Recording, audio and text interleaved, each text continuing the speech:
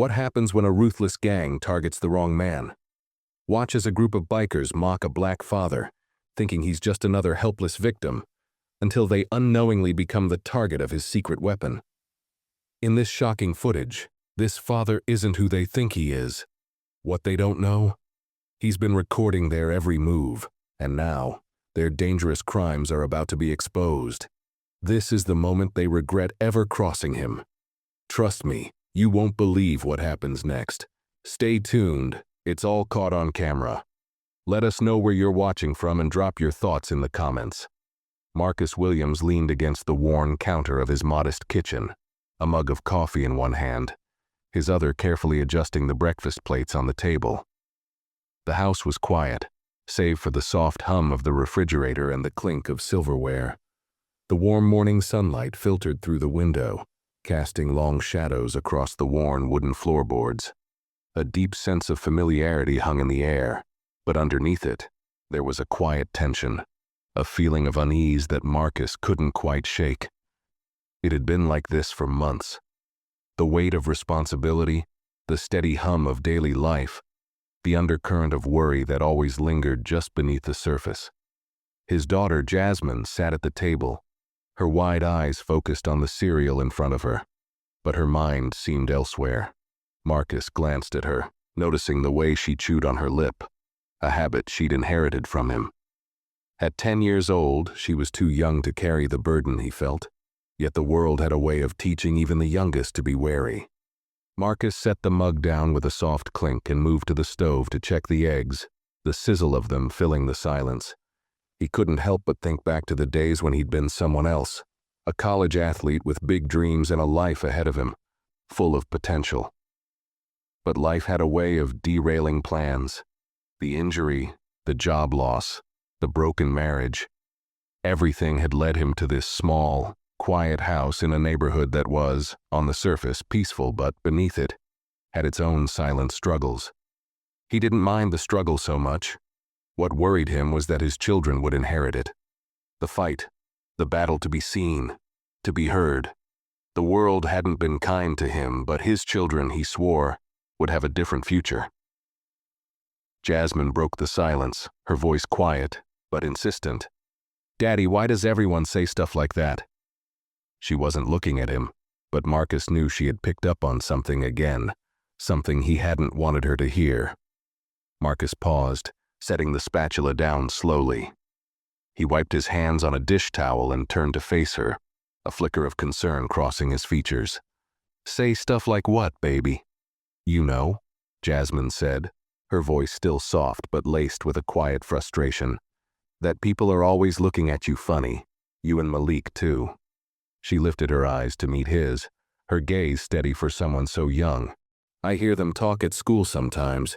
It doesn't make sense." Marcus felt a pang in his chest, one that had become all too familiar over the years.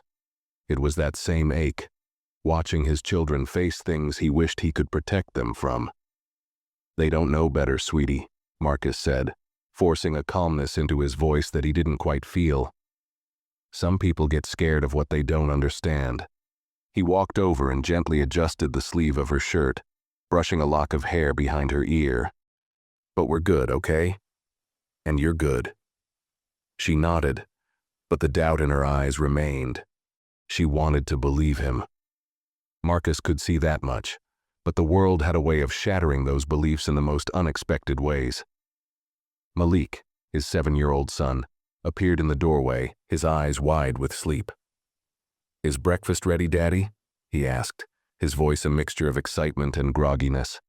"Almost, buddy," Marcus replied, his voice softening as he turned to finish the meal. He felt his heart swell with love for his children. In their eyes, he could do anything, be anything. But the world they would grow up in was far harsher than what his father had prepared him for, and Marcus was already bracing for the battles ahead. After breakfast, Marcus packed the kids into the car, the routine of their morning unfurling as it always did. The car, an old but reliable sedan, rumbled to life as he pulled out of the driveway and headed toward the nearby gas station to fill up. The air was dry, and the sun hung low in the sky, casting the world in an orange haze. It was one of those afternoons that felt endless, where time seemed to stretch, just waiting for something to happen. The gas station was tucked away on the outskirts of town, a place he only went out of necessity. Its faded sign hung crooked, and the pumps looked like they hadn't been updated in years. The small convenience store inside was little more than shelves of dusty snacks and soda cans. Marcus had always disliked stopping here, but today he was running low on gas, and there wasn't much choice. He pulled up to the pump, casting a glance at the nearly empty lot. There was only one other car, an old truck with tinted windows parked in the far corner. The door opened, and Marcus heard the unmistakable sound of motorcycles approaching. He didn't have to turn around to know who they were. The bikers had been a fixture around these parts for as long as Marcus could remember, their presence as menacing as it was inevitable. Jake, the leader of the group, was the first to step off his bike, his boots crunching on the gravel. He was big, broad-shouldered, his face a map of scars and tattoos. Terry, his second in command, followed close behind, and Kyle, the youngest of the group, lingered at the back. They all wore dark leather vests, patched with symbols that made the hairs on the back of Marcus's neck stand up. He tried to keep his attention on the gas nozzle in his hand, pretending not to notice their approach. But Jake wasn't the type to let anyone ignore him. He sauntered up, a smirk curling at the corners of his mouth. "Well, well, look who we have here," Jake said, his voice low, deliberately mocking. He stood too close to Marcus, blocking his way. "A man like you filling up gas, that's a rare sight." Marcus didn't flinch, didn't let the tension break through. He knew better than to react too soon, but his body tightened. He could feel the eyes of his children on him, could almost hear their breath in the back seat. Jake's eyes darted toward the car, the glint of malicious amusement flickering in his gaze.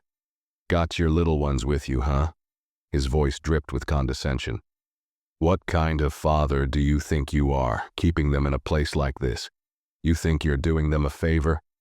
Marcus felt a pulse of anger rise within him, but he swallowed it down, forcing himself to stay calm. "I'm doing the best I can," he said, his voice steady, though his fists clenched at his sides. Jake leaned in, his breath sour. "Yeah, well, best don't always cut it, does it?" He flicked his eyes toward Terry and Kyle, who were now standing nearby, watching with smirks of their own. "I bet you don't even know how to protect your own, do you?" The words hit hard.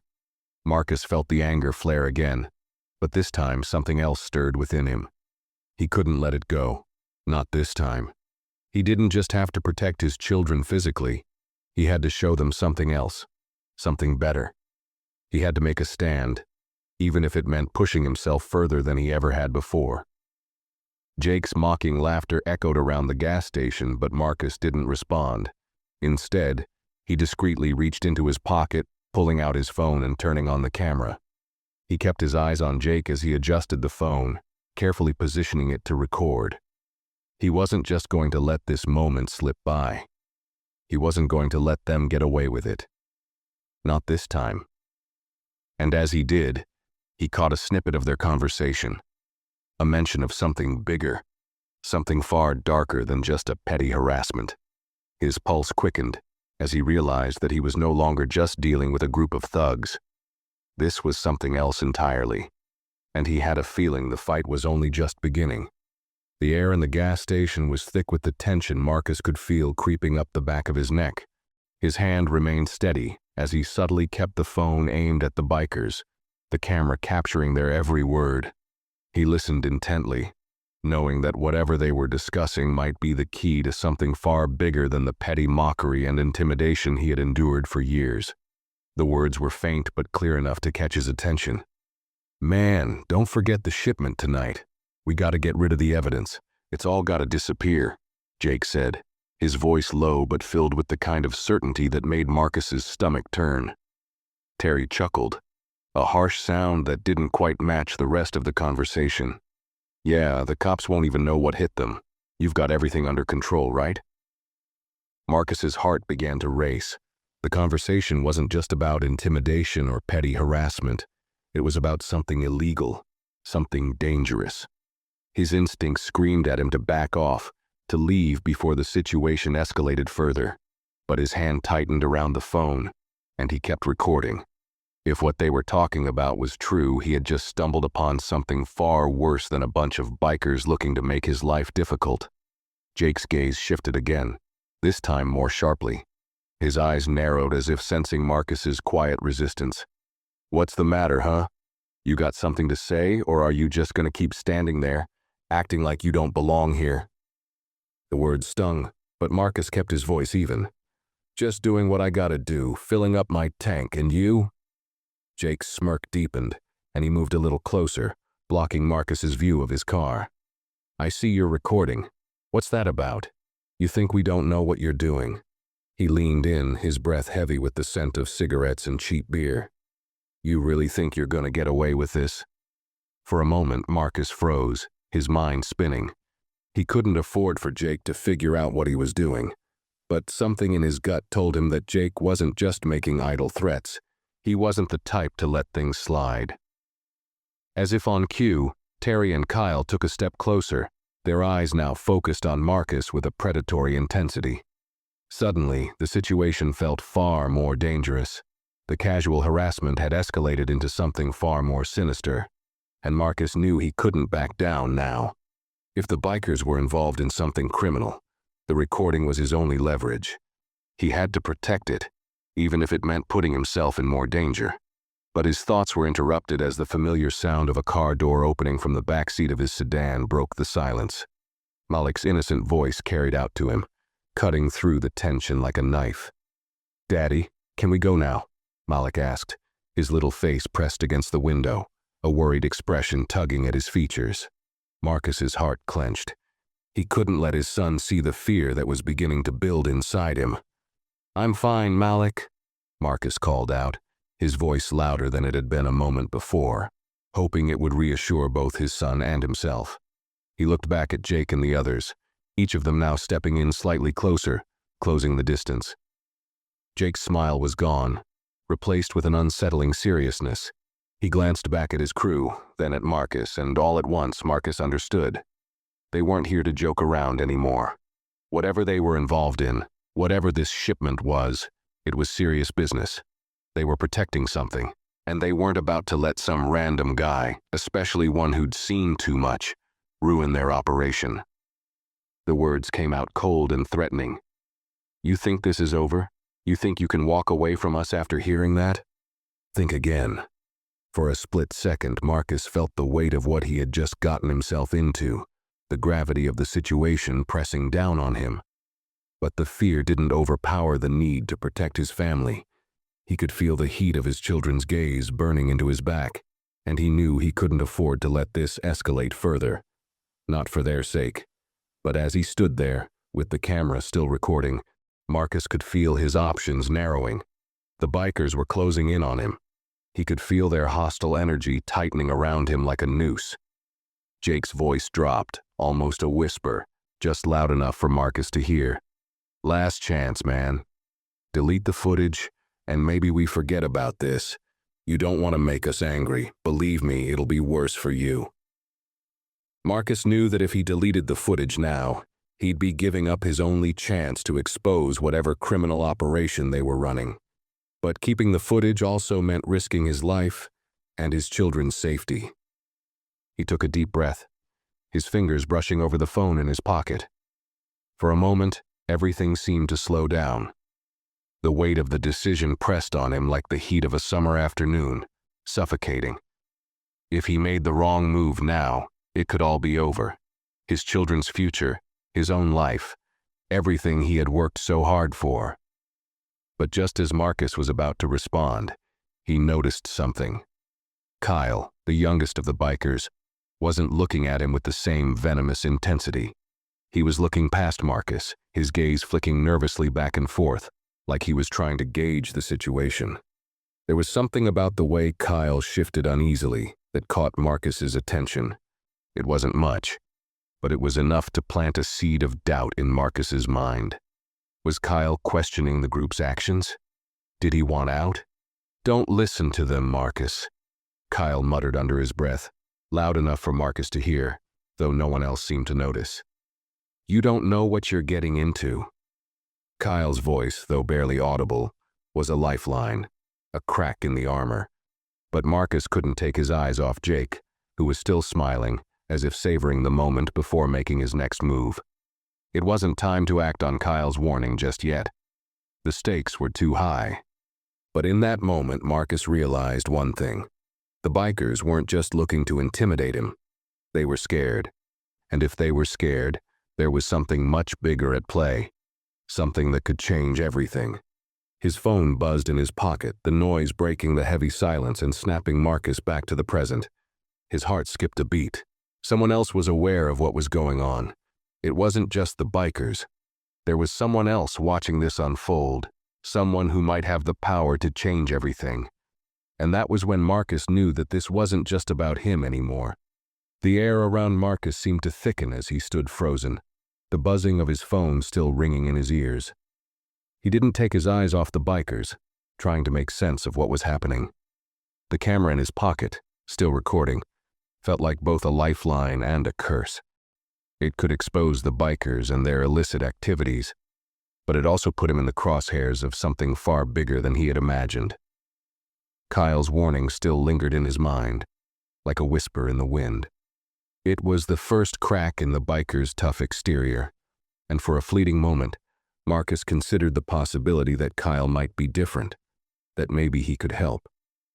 But he didn't have time to think about that now. The stakes were too high. If the bikers found out about the recording, it would be over. The possibility of them retaliating, of them hurting his children, was a thought Marcus couldn't entertain. He needed to find a way out, but fast. The moment stretched thick with uncertainty. He could feel the weight of the silence bearing down on him, the air growing heavy with the tension between them. Jake's eyes remained fixed on him, but the smirk was gone. In its place was something colder, more calculating. He knew Marcus was holding something, and he wasn't going to let it slip away.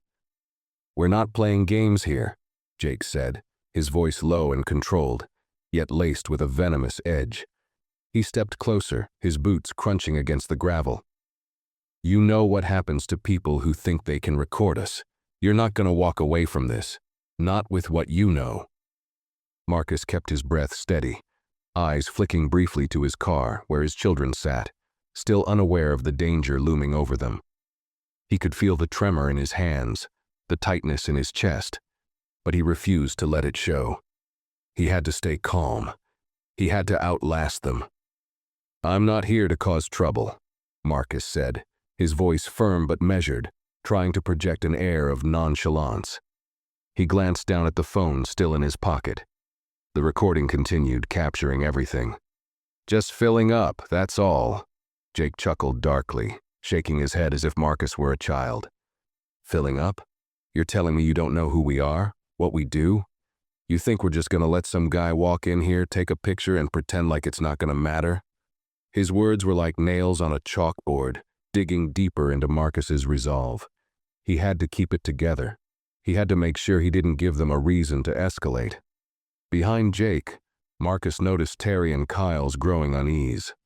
Terry's hand was twitching by his side, as though he was ready to make a move, but hesitant.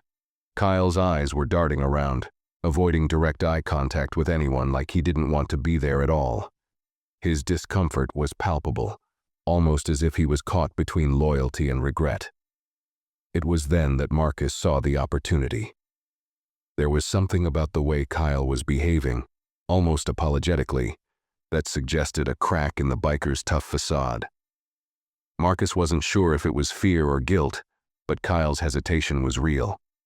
Marcus made a decision in that instant. He couldn't just stay silent, not when there was a chance to turn this around, even if it was a slim one. "Kyle," Marcus said, his voice quieter but firm, "you don't have to be part of this. You don't have to let them drag you into this mess. You know it's wrong." Kyle's eyes flicked up to meet Marcus, a brief flash of uncertainty passing through them. He didn't respond immediately, but the tension in his shoulders eased just a little. The shift was small, barely noticeable to anyone else, but to Marcus it was enough. Jake's eyes snapped toward Kyle, narrowing with suspicion. "What the hell is this?" he growled, his voice turning hostile. "You're gonna talk like that now? You're one of us, don't forget that." Kyle hesitated, his gaze shifting between Jake and Marcus. The moment was electric, filled with the unspoken possibility that something was about to break wide open. "You don't know what you're doing, Jake," Kyle muttered under his breath, his voice barely audible. "This isn't just some game. You're messing with people who don't care about who gets hurt. And that's all I'm gonna say about it." The silence that followed felt thick with the weight of Kyle's words, and Marcus could feel a surge of hope mixed with dread. Was Kyle really going to stand up to Jake? Was he about to break free from the gang? But before Marcus could process it further, Jake's temper flared. His face twisted with fury, and he shoved Kyle aside roughly, stepping right up to Marcus. "Enough," Jake snapped. "This isn't a discussion. You're either with us or against us. You're gonna pay for trying to play us, and I'm gonna make sure of it." Marcus's heart pounded in his chest as Jake's fury grew, and for a brief moment, he considered making a run for it, just grabbing his kids and driving away. But he knew it wouldn't be that easy. If he ran now, they would follow him. No, he had to think his way out of this. As Jake turned back toward the group, barking orders to Terry, Marcus's phone buzzed again in his pocket, more urgently this time. It was a message. His heart skipped a beat. He pulled the phone out, glancing quickly at the screen, trying not to make it obvious. It was a notification from a blocked number. "Get out of there now. They're watching. Trust no one." His pulse quickened as he scanned the message. Who was watching? Who knew what was happening? For a moment, everything else seemed to fade away.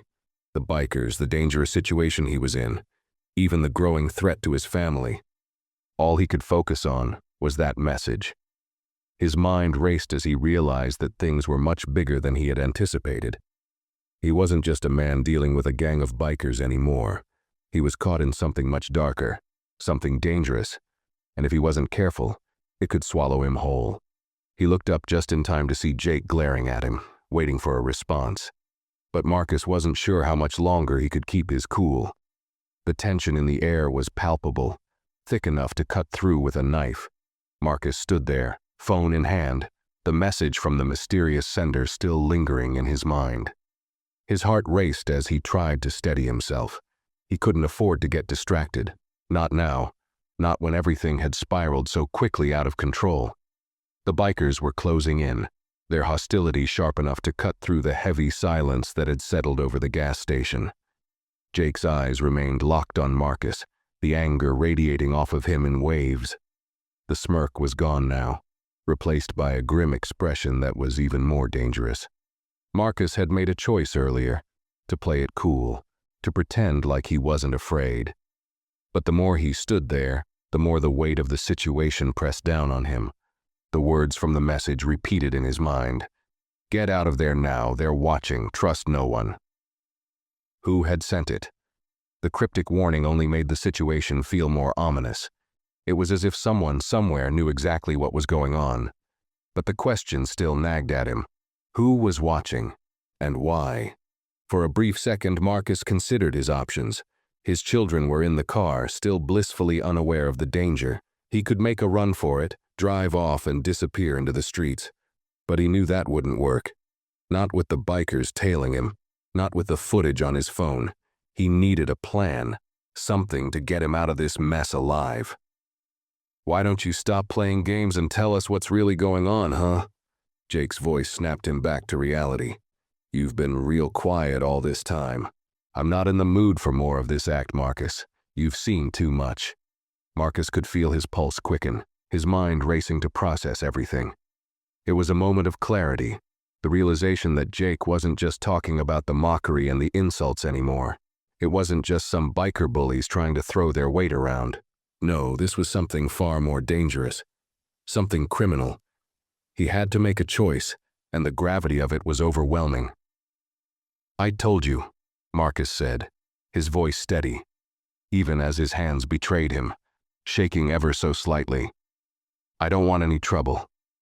Jake snorted in disbelief. "Trouble? You're already in it, man. There's no walking away from this. Not after what you've seen." Marcus's heart thudded in his chest as Jake stepped closer, his boots crunching against the gravel. Terry and Kyle were standing behind him now, their eyes on Marcus, waiting for a sign. He had to think quickly. Kyle shifted uncomfortably, glancing over at Marcus, but he didn't speak. Marcus could feel the conflict simmering beneath Kyle's surface. The young biker was clearly torn. Perhaps he had no intention of being involved in whatever dark activities Jake was orchestrating. But Kyle wasn't a hero. He was a follower.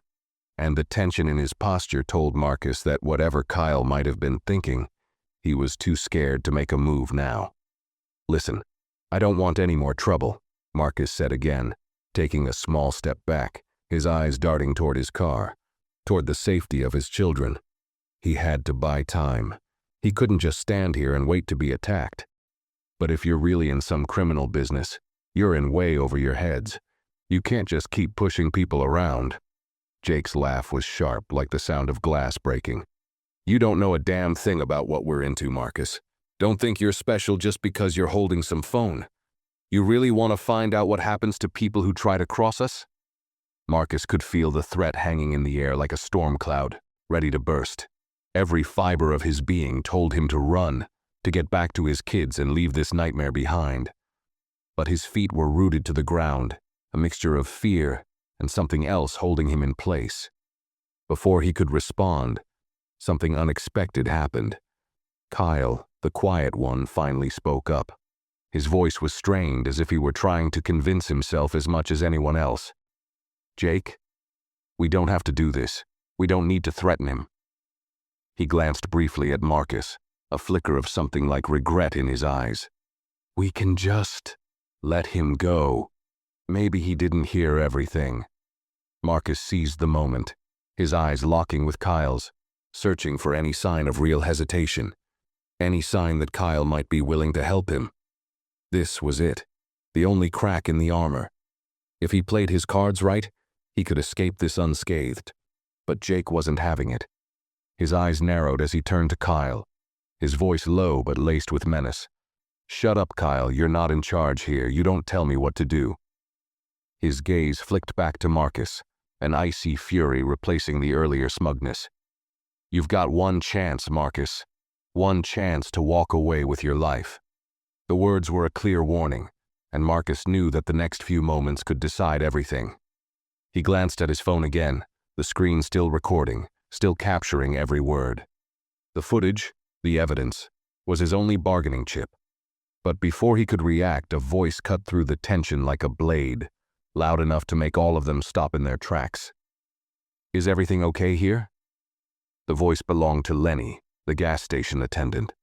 Marcus hadn't even realized he had walked outside, but now, there he stood, leaning against the doorway of the small station, his eyes carefully trained on the bikers.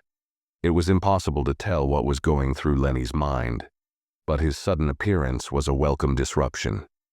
Jake didn't seem to take kindly to Lenny's intervention, his jaw tightening. "What's it to you, Lenny?" Jake growled, his posture stiffening. "Just go back inside before you get yourself involved in something you won't walk away from." Lenny stood his ground, though his voice was more guarded than Marcus had ever heard it. "I'm just asking if everything's fine, that's all. You guys look like you're about to start something here, and I'm not sure that's what we need around these parts." The standoff between the bikers and Lenny was brief, but long enough to give Marcus a moment to breathe. He could feel the shift, the subtle change in the atmosphere. Whatever power Lenny had over the bikers, whatever connections he held, it was enough to make Jake hesitate, even if only for a second. Kyle's gaze flicked between Lenny and Jake, his discomfort growing. Marcus couldn't afford to waste this opportunity. "You should listen to him," Marcus said quickly, his voice louder now, as if the weight of Lenny's presence was pushing him to take action. "I'm done with this. You want to mess with someone, mess with me, but leave my kids out of it. You don't know what you're dealing with." The words were a gamble, but they were the right ones. As he said them, he could see a flicker of something in Kyle's eyes, something like realization. It wasn't much, but it was enough for Marcus to push forward. But Jake wasn't backing down. He clenched his fists, and for a moment, Marcus thought the situation would erupt into violence. Then, just as quickly, the standoff shifted. "We're done here," Jake spat, his eyes burning with fury. "But don't think this is over, Marcus. We'll be watching you. All of you." Marcus didn't wait for him to finish. Without taking another breath, he turned on his heel, walking briskly toward his car. His children were still inside, oblivious to the storm that had nearly broken out in front of them. As he opened the door and slid behind the wheel, Marcus's eyes flicked to the rearview mirror, catching sight of the bikers as they climbed onto their bikes. The engine roared to life behind him, but he didn't look back. He didn't need to. They were still out there, watching, and Marcus knew that he had just scratched the surface of something far more dangerous than he could have imagined. The drive away from the gas station felt like a surreal blur, the world outside the car window moving in flashes of streetlights and the distant blur of trees and buildings. Marcus's grip on the steering wheel was tight, his knuckles white against the worn leather. His thoughts raced one after another, as the fear that had gripped him earlier slowly morphed into a sense of urgency. He had narrowly escaped a dangerous situation, but that feeling of danger still clung to him like a second skin. He couldn't shake it. He glanced at the rearview mirror, half expecting to see the bikes tailing him, but there was nothing, just the steady rhythm of the road behind him. The bikers were gone for now. But the truth was, they weren't the only ones Marcus needed to worry about. The cryptic message he had received, the one warning him that they're watching, kept replaying in his mind, echoing through the quiet of the car. His heart still pounded in his chest, the adrenaline that had spiked during the confrontation with Jake and the others slowly fading, but not fully. His children were still in the back, unaware of the dangers they'd just narrowly avoided. Marcus didn't know how to explain it to them, not yet, anyway. His eyes flicked to the rearview mirror again, his unease growing with each passing mile. "So, what was that all about, Daddy?" Jasmine asked from the back seat, her voice cutting through the tension like a sharp knife. Her question was simple, direct, but the way she said it made Marcus feel even more guilty. She had seen the look in his eyes, the fear he had tried to hide, and now she was asking about it. Marcus swallowed hard, his throat dry. He didn't know how to answer her, not without making her worry. He couldn't burden her with the reality of the situation, not now. He'd been working so hard to protect them from this world, from the harsh truths that seemed to be closing in around them. "Nothing you need to worry about, sweetheart," Marcus said, his voice as steady as he could make it, though his words felt hollow as they left his lips. "Just some troublemakers. But it's over now, we're fine." Jasmine didn't respond immediately, but he could hear her shifting in the seat behind him, her small sigh of disbelief audible in the silence. She wasn't convinced, but she didn't push it further. Instead, her gaze shifted to Malik, who was already asleep, his head resting against the window, blissfully unaware of the danger that had loomed so close just moments ago. Marcus tried to push the fear away, to focus on the road ahead, but his thoughts kept drifting back to what had happened at the gas station. The message, the cryptic warning that someone was watching, someone knew exactly what had been going on. It wasn't just a random text. Someone was tracking him, and he had no idea who or why. The possibilities were endless, each one darker than the last. Was it the bikers? Someone else who was connected to them? Or was there something even bigger behind it all? He couldn't afford to ignore it. He had to find out who was watching, what they knew, and what kind of threat it posed to his family. But how? And more importantly, who could he trust? Marcus's mind raced with questions, and for a moment he didn't notice the familiar turnoff to their street until it was nearly too late. He swerved slightly, correcting himself, and then slowly made the turn. The comforting familiarity of his neighborhood greeted him, but it felt like a hollow illusion now. It was the same street, the same houses, the same quiet calm that had been a constant in his life. But now everything felt different. The safety he had once taken for granted no longer existed. As he drove slowly up to his driveway, Marcus's eyes scanned the surroundings, his senses heightened, as if he were waiting for something, or someone, to jump out from the shadows. He parked the car and turned off the engine, the sudden silence inside the vehicle making the tension feel even more acute. "Daddy, we're home," Malik's voice piped up, sleepy but filled with a sense of relief. It was like nothing had happened, like the world outside the car hadn't just tried to tear them apart. Marcus didn't respond immediately. He just sat there, staring straight ahead, his hand still gripping the steering wheel. The message, the bikers, the silent threat hanging over them, it all felt suffocating. But his children were here, they were safe for now. And that was all that mattered. "Come on, Daddy," Malik urged, tugging at his seatbelt. "I'm hungry." Marcus forced a smile, his heart aching with the weight of what he had just experienced. He glanced back at Jasmine, who had remained quiet but observant, and then at Malik, who was still blissfully unaware of how close they had come to something dangerous. "All right, buddy," Marcus said, finally breaking the silence. "Let's go inside."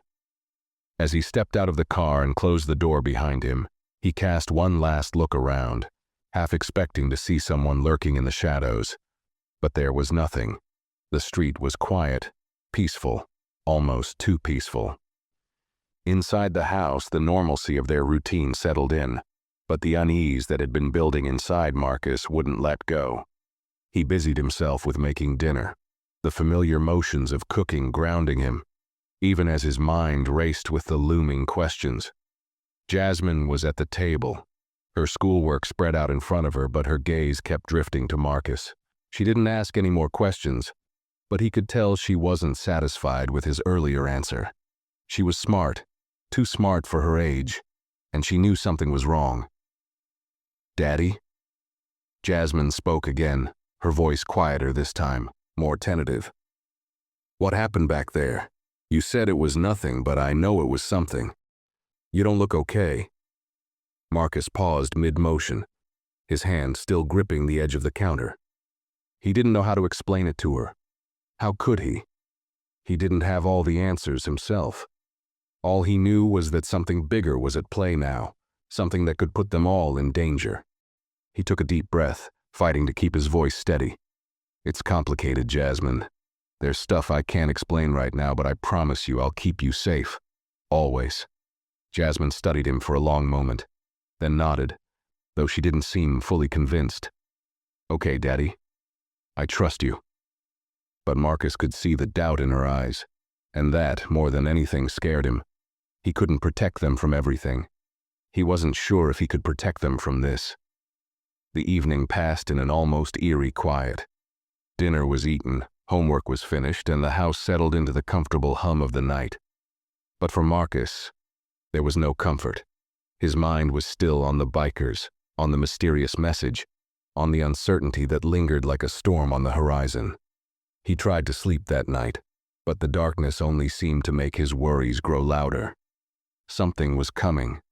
He could feel it in his bones. The question was, what would it be, and how much would it cost him to keep his family safe? The next few days passed in a haze of routine and unease. Marcus tried to focus on the mundane, pushing the creeping dread that had taken root in his mind to the back of his thoughts. He went to work, picked up groceries, helped the kids with their homework. On the surface, everything seemed normal, but beneath it all, a constant hum of anxiety buzzed in his head. The warning message from the unknown sender still echoed in his mind, its cryptic words impossible to ignore. "They're watching. Trust no one." It was late afternoon when the next thing happened, when Marcus felt the weight of the threat finally sink in. He was at the local auto repair shop, finishing up a routine maintenance on a customer's car. The shop was small but busy, tucked away in the corner of a quiet street. He always took comfort in the familiar hum of the place, tools clinking, the soft buzz of the radio playing in the background. But today, the clamor of the workshop couldn't drown out the gnawing feeling in his gut. His phone buzzed in his pocket, and he pulled it out with a sigh. He hadn't received any new messages from the mysterious sender since the night of the confrontation with the bikers. He had almost convinced himself it had been some kind of weird prank, but as he glanced at the screen, his stomach dropped. The message was from the same blocked number. "Get home, it's time." The words were brief, but the meaning was crystal clear. Someone knew he was getting close to something, and they wanted him to act. Or maybe they wanted to make sure he stayed in line. Marcus's heart pounded as he shoved his phone back into his pocket. He wasn't sure what he was expecting, but he knew one thing for certain. This was no coincidence.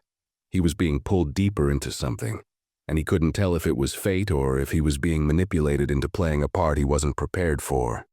Either way, it was happening. The shop door swung open, and a familiar figure stepped inside. It was Lenny, the gas station attendant. Marcus hadn't seen him in days, not since the altercation with the bikers. Lenny's eyes flicked nervously around the room before settling on Marcus. His usual nonchalant demeanor was gone, replaced by an air of tension that Marcus could read like a book. "Hey, Marcus," Lenny said, his voice tight. "Got a minute?"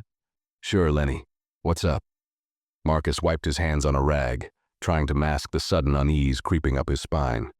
Lenny stepped closer, his gaze flicking over his shoulder as if making sure no one else was listening. "Listen, I need to talk to you. In private." Marcus felt the hairs on the back of his neck stand up.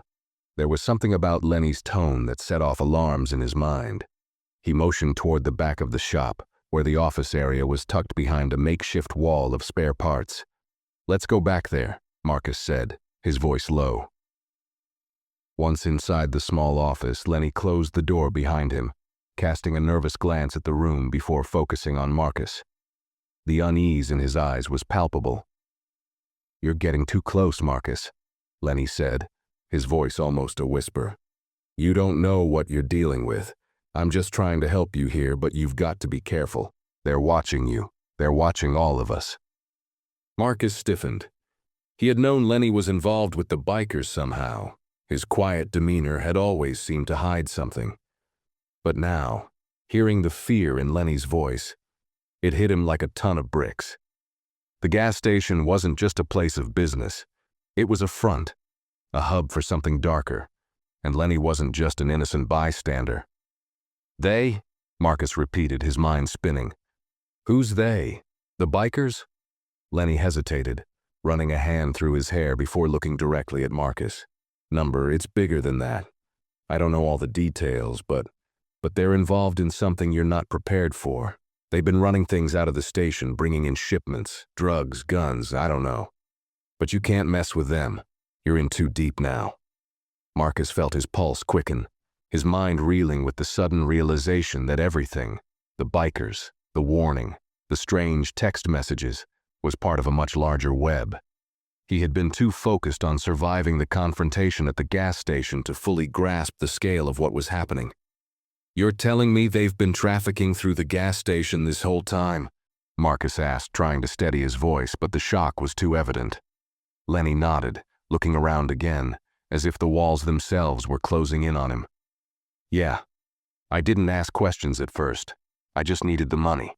But now it's got too dangerous. I didn't want to get involved, but I'm not sure how much longer I can stay out of it. You've seen the way they act. They don't care who they hurt."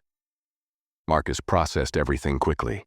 Lenny was scared, and Marcus didn't have time to sort through all the pieces. There was no denying it now.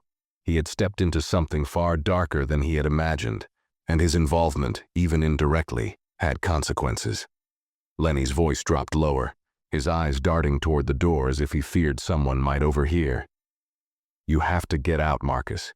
You and your kids. Leave town. They won't stop until you're out of the picture." "Leave town." Marcus's voice was edged with disbelief. He couldn't just leave. Not without knowing what was really going on. He had a family to protect. "What are you talking about? I can't just leave. This is my life. My kids need me." I know, Lenny said, his voice breaking. "But you don't get it. They don't care who you are or what you've done. You're just a threat to them now. They won't stop until they've got rid of you. Trust me on this one, Marcus. I've seen it before. You have to get out." Marcus stood still for a moment, letting Lenny's words sink in. He had to think. He had to act. The warning was clear, and so was the danger. He couldn't just run. But could he fight it? Could he take down the bikers and whatever operation they were involved in? The thought felt impossible, overwhelming, but as he stared at Lenny, the reality settled in. Whatever was going on, Marcus was in it now, and he couldn't back down. "I won't run," Marcus said finally, his voice steady. "But I'm not going to let them hurt my family. I'm going to find out what's really going on here, and I'll make sure they don't get away with it." Lenny looked at him, his eyes filled with something like fear and resignation. "You're making a mistake, but if you're not going to listen to me, just be careful, Marcus. You don't know who you're dealing with." With that, Lenny turned and left the office, leaving Marcus alone with his thoughts, his mind racing. He had just learned that the bikers were only a small part of something far more dangerous, but he wasn't backing down. Not now. Not when his family's safety was on the line. It was time to take action, and Marcus was ready to fight back. The night after his conversation with Lenny, Marcus barely slept. He lay in bed, staring at the ceiling, his mind a blur of thoughts, doubts, and what-ifs. Lenny's warning echoed in his ears, repeating over and over again like a broken record. But Marcus couldn't just walk away. He couldn't leave his family unprotected, even if it meant facing something far darker than he had ever imagined. The words, "they're watching you," lingered in the back of his mind, and every creak of the house, every rustle in the dark, made him jump. Every shadow outside his window seemed like an imminent threat. He couldn't shake the feeling that the bikers weren't just a nuisance anymore. They were a signal that something far more dangerous was closing in on him. And it wasn't just the bikers who were a threat. Marcus had to know more. He had to figure out what they were hiding and why they were so willing to silence anyone who got too close. But he also knew he couldn't do it alone. He needed information, and there was only one way to get it. The next morning, he decided to confront Kyle. The youngest of the bikers, the one who had hesitated at the gas station, had given Marcus the faintest hope that there was a crack in the biker gang's seemingly impenetrable armor. Marcus didn't know what kind of person Kyle was, but he knew one thing. He wasn't as ruthless as Jake. And if there was anyone who might be able to help him understand what was really going on, it was Kyle. After dropping Jasmine and Malik off at school, Marcus found himself parked in front of a dive bar on the outskirts of town. The place was quiet, its windows tinted black, the neon sign buzzing faintly in the early morning light. He'd heard about the place before. It was a known hangout for bikers, and rumors of shady deals and secret meetings were never far behind. If he was going to find Kyle, this was the place to start. Marcus stepped out of the car and walked toward the bar, his steps purposeful but cautious. He had no idea what kind of reception he'd get, and part of him wanted to turn back, to forget about all of this and just protect his family from a distance. But the other part, the one that wanted answers, that wanted to stop the cycle of violence, pushed him forward. The door to the bar creaked as he entered. It was dark inside, the air thick with the smell of stale beer and cigarettes. The jukebox played a low, mournful tune in the corner, and a handful of patrons sat at the bar, nursing their drinks. But Marcus wasn't here for any of them. He was looking for Kyle. He scanned the room, his eyes stopping on a figure sitting at a back table, a lone man with dark hair and a leather jacket. It was Kyle. He didn't notice Marcus at first, but Marcus knew that this was his chance. Marcus walked over slowly, his heart hammering in his chest. He didn't know what he was expecting, but he wasn't sure if it would be a confrontation or a conversation. Either way, he had to try. "Hey," Marcus said, his voice low but steady. "Kyle?" Kyle's eyes flicked up, surprised but not alarmed. He looked at Marcus for a moment, then glanced around the room before motioning for him to sit. "You sure you want to be here, man?" Kyle asked, his voice guarded. "Not exactly the safest place for anyone." Marcus sat down across from him, leaning forward, trying to keep his voice calm. "I need your help." Kyle raised an eyebrow. "Help? From me? What the hell is that supposed to mean?" Marcus didn't hesitate. "You know what's going on. I saw it at the gas station. You're not like the others. You don't have to be part of this anymore. There's more at play here than just the bikers, and you know it. I need you to tell me what you know." Kyle stared at him for a long moment, his eyes narrowing. The silence between them stretched, the tension palpable. Marcus could see the conflict in Kyle's eyes, the same hesitation that had been there the day of the gas station confrontation. Finally, Kyle spoke, his voice low. "You don't know what you're getting into," Kyle said, shaking his head. "It's not just the bikers. There's a whole network behind us, people who make the bikers look like small-time players. And once you're in, you don't just get out. They'll come after you. They'll come after your family." Marcus felt the weight of Kyle's words hit him like a punch to the gut. It was worse than he had feared. "What do you mean, a network?" Marcus asked, trying to keep his voice steady despite the rising panic inside him. "What's really going on?" Kyle hesitated, his gaze flicking to the bar, as if making sure no one was listening. "Drugs, weapons, money laundering. It's a whole operation, one that's been running for years, and the bikers? They're just the muscle, they do the dirty work. But there are people above them, people you don't want to cross, people who control everything." Marcus's blood ran cold. This was bigger than he had imagined. It wasn't just a gang of criminals causing trouble. It was an organized, deadly network. And Marcus had already seen too much. "You're telling me they've been running things out of the gas station this whole time?" Marcus asked, his voice barely a whisper. Kyle nodded. "That's just the tip of the iceberg. The gas station is a front. It's the place where they move shipments, but it's not the real operation. You've been talking to the wrong people.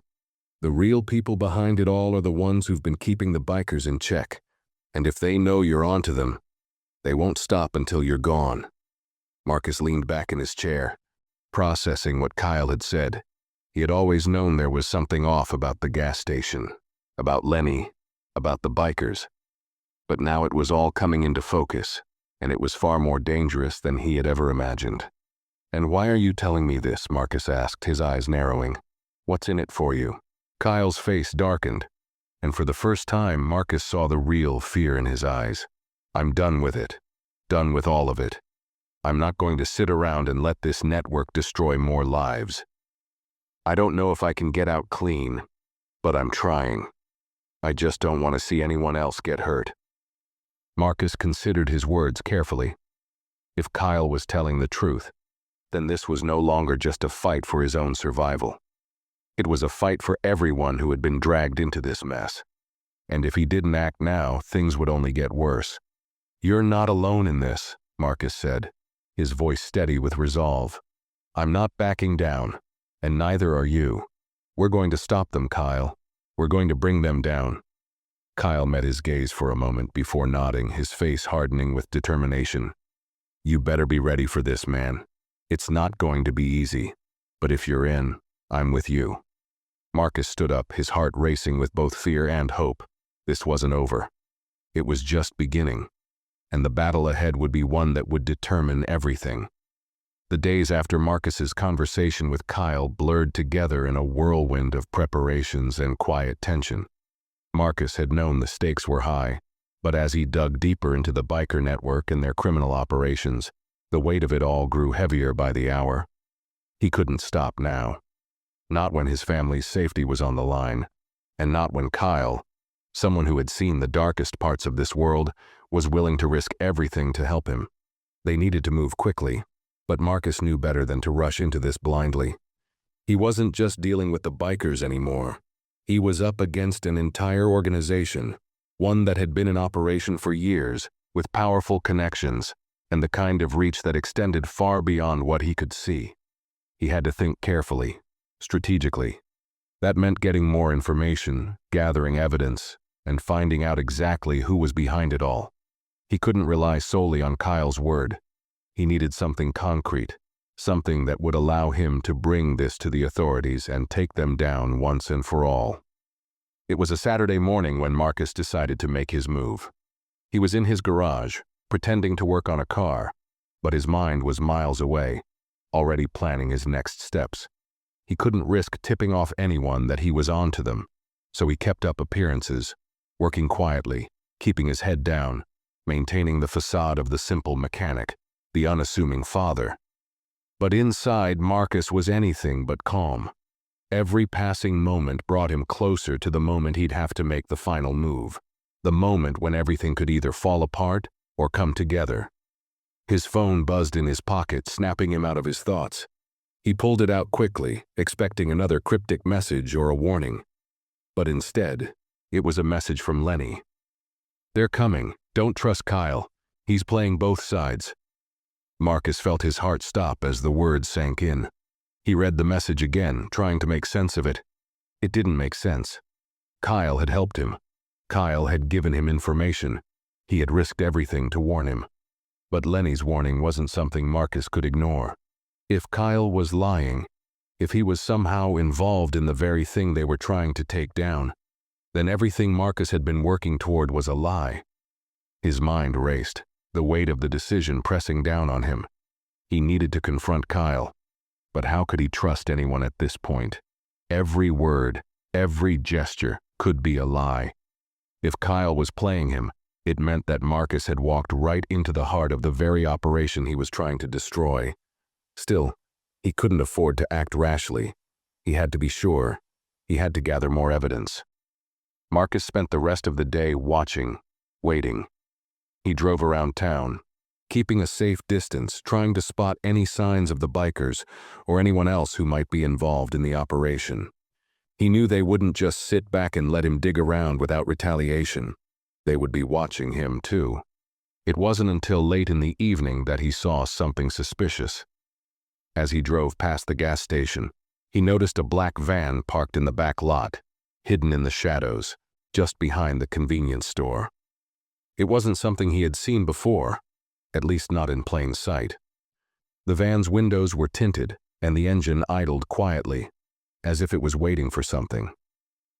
Marcus knew it wasn't a coincidence. The gas station was ground zero for the operation, and if there was a van parked there at this time of night, it meant something was being moved. He pulled over a few blocks away, turning off the engine and waiting. Minutes passed in silence. The streetlights cast long shadows on the pavement, the quiet hum of the town only broken by the occasional car passing by. It felt like hours, though Marcus knew he couldn't afford to wait too long. He had to act now. The van's presence meant that something big was happening, and if he didn't move quickly, he'd lose the opportunity. Marcus slipped out of the car, making sure to keep his footsteps light as he moved toward the gas station, staying out of the line of sight. His breath came in short bursts, the adrenaline coursing through his veins. He had to get closer, had to see what was inside that van. He crouched low as he approached the back of the gas station, carefully peering around the corner of the building. The van was still there, the engine running softly, but what caught Marcus's attention was the figure standing near the back door.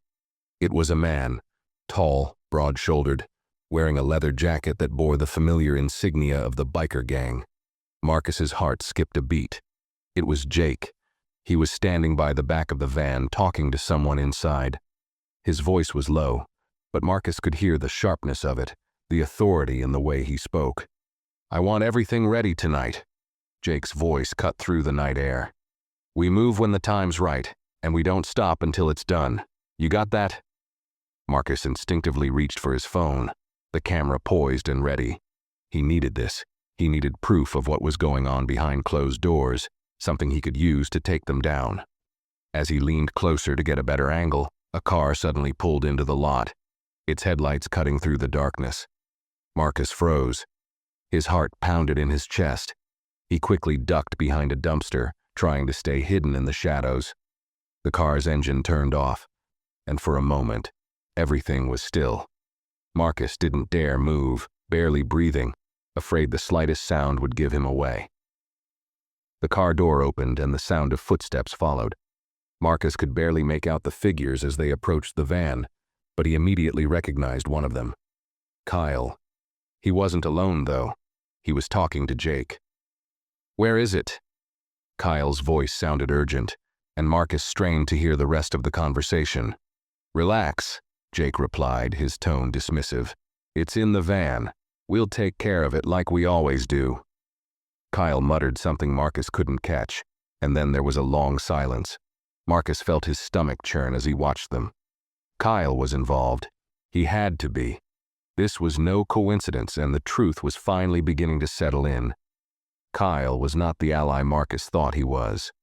He was part of the operation, playing both sides, feeding Marcus false hope. Marcus's thoughts scrambled as he processed the revelation. He had been wrong to trust Kyle. Now he had to make a choice, whether to confront him or walk away and cut his losses. But one thing was clear. This fight was no longer just about survival. It was about stopping a criminal network that had its claws deep into the town, and Marcus was more determined than ever to bring it down, even if it meant taking down the people he thought he could trust. His decision was made. He would take the fight to them, but first, he had to get out of there, quietly, unnoticed. Marcus spent the next few hours in a haze, his mind spinning with the revelations he had uncovered. Kyle was in on it. He had been lying, playing both sides all along. The trust Marcus had placed in him felt like a betrayal now, the weight of it settling in his chest like a heavy stone. He couldn't afford to dwell on it. He couldn't afford to feel sorry for himself. He had a family to protect, and the stakes were higher than ever. As he made his way back to his car, keeping to the shadows to avoid being seen, his thoughts were already moving ahead to what came next. He couldn't confront Kyle now. Doing so would put everything at risk. No, he had to plan. He had to be smart about it. But the more he thought, the more he realized just how deeply the operation had its roots in this town. The bikers, the gas station, the network, it all ran deeper than he could have imagined.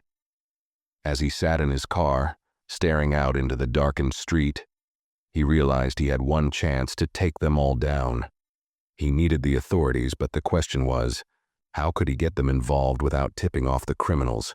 Marcus knew he couldn't just march into the police station, waving around his phone with the footage he had. Not when he was dealing with people who had more power and influence than he had ever anticipated. That's when the idea came to him. He reached for his phone, his fingers trembling slightly as he dialed the number of the only person he could trust. Detective Rachel Moore. She had worked in this town for years, and despite the occasional jaded remark about small-town corruption, Marcus had always sensed she was different. She wasn't like the others. She wasn't blind to the darker side of the community. And Marcus knew that if anyone could take down a criminal network this large, it was Rachel. The phone rang twice before she picked up. "Marcus." Her voice was steady, professional, but there was a hint of concern underneath. "What's going on? You sound off." "I need your help," Marcus said, cutting to the chase. "I've got something big, something dangerous, and I need you to listen to me, but I can't explain everything over the phone." There was a long pause on the other end, and Marcus could almost hear the gears turning in Rachel's mind. She had always been sharp. "All right," she said finally. "I'm listening. Where do we meet?" They arranged to meet in a secluded parking lot behind a diner on the edge of town, far enough out of sight from the main streets but close enough for Marcus to get there without drawing attention. As he hung up the phone, a sense of calm washed over him. It wasn't much, but it was a start. Rachel was his only ally in this, and now that she was involved, he couldn't afford to back down. By the time he arrived at the meeting spot, the night had grown quiet, the cool air creeping in under the streetlights. He parked his car and sat for a moment, his hands on the steering wheel, gathering his thoughts. He knew that once he told Rachel what he had uncovered, there was no turning back. The game was about to change, and he had to be ready for whatever came next. Moments later, a car pulled into the lot, its headlights briefly flashing as it turned off. Marcus recognized the vehicle, a nondescript sedan that was Rachel's. He watched as she stepped out, looking around cautiously before walking toward his car. Her expression was serious, her eyes sharp. "You sure about this?" Rachel asked, her voice quiet as she approached the passenger side and slid into the seat beside him. "Yeah," Marcus said, nodding. "I've seen it all firsthand. But there's more to it than just the bikers. They're part of a bigger operation. Drugs, guns, money laundering. They've been running this town for years, and it's all tied back to the gas station and the bikers. I've got footage, but I need you to take it seriously." Rachel studied him for a moment, her gaze intense. You're sure about all this? It sounds like a lot to swallow, Marcus. I wouldn't be here if I wasn't sure, Marcus replied, his voice low but steady. But I can't do this alone. I need you to help me bring them down. We're going to need a plan, and we're going to need backup. They're too powerful for me to take on myself. Rachel nodded slowly, her lips pressed into a tight line. All right, let's see what we're dealing with. Marcus pulled out his phone, unlocking it and bringing up the footage from the gas station. He showed Rachel the recordings of Jake and the bikers loading crates into the van, discussing the shipment and the operation. As she watched, her face grew more and more serious. This is solid, Rachel said, her voice tight. But it's not enough. We need names. We need confirmation that this operation is linked to more than just the bikers. We need to trace this to the top. Marcus didn't need any further prompting. He knew exactly what had to be done. It wasn't just about exposing the bikers anymore. It was about bringing down an entire network that had been hiding in plain sight. We'll start with the gas station, Marcus said, determination setting into his voice. Lenny's involved. He's part of it, and I can get him to talk. He's scared. He's already shown me he wants out. We can use him. Rachel's eyes narrowed. You think Lenny's going to give us anything? I think he will if we push the right buttons, Marcus said, his voice steady with resolve. We just have to make sure we're ready for whatever happens next. Rachel let out a slow breath, her expression shifting as she seemed to weigh the risks. Finally, she nodded. All right, let's do this. But we need to move fast. If this operation is as big as you say, we don't have much time. Marcus didn't need to hear any more. He could feel the momentum building, the sense that they were finally on the edge of something huge. They were going to bring the operation down, but it wouldn't be easy. It was going to take everything Marcus had, his resolve, his strength, and most of all, his willingness to risk it all for his family and for the truth. As they drove off into the night, Marcus felt the weight of what was coming. The storm was brewing, and he was ready to face it head-on.